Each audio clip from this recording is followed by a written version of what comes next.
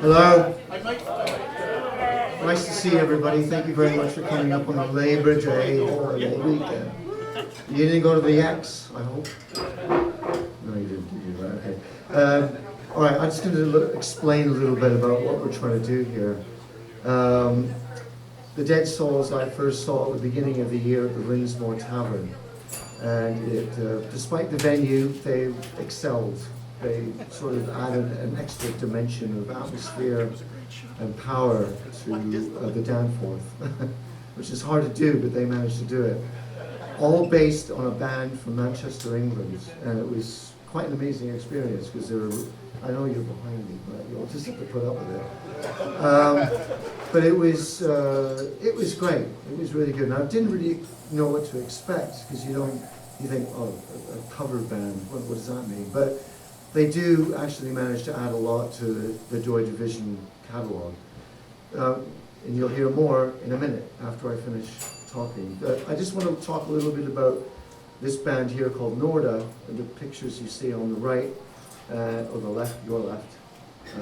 Yeah. And there's also a CD available at the front. Norda were a sort of a byproduct of the post-punk years in Toronto, early 80s up to the mid-1980s. From two bands, Rent Boys Inc. and also Sturm Group. So they were very sort of aggressive fusion of industrial, jazz, funk, punk, that sort of thing. But it was a very much a flavor of the post-punk era. And what it was is they were sort of a coda for the post-punks, which you'll probably have realized is the period after punk rock. So, because there was a bit of a darkness descending on Queen Street, the whole artists, musicians, and fans as well.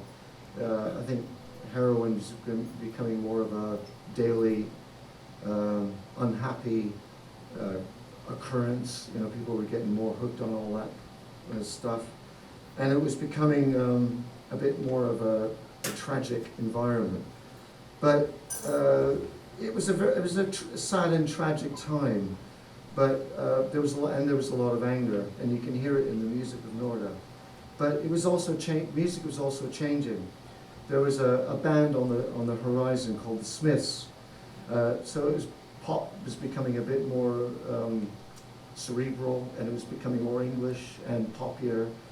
And a couple of the bands that were around during 1978 and 1980 left Toronto and came back with a changed musical formula which represented a last gasp for a career in music.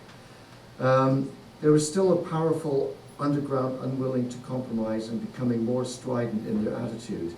These are the lost bands who represent a lively music scene which created its own set of rules, bypassing the mainstream. This Norda CD, I hope, is the first of a series of re-releases featuring Toronto bands who didn't pander to popularism or homogenize their ideals. There's also some new bands coming up, younger but with the same kind of searching energy as bands like Norda. Both Psychic Weapons, who played here last night, and the Dead Souls capture very different elements of the post-punk years. And I hope you see in the Dead Souls what I saw at the Linsmore Tavern at the beginning of the year.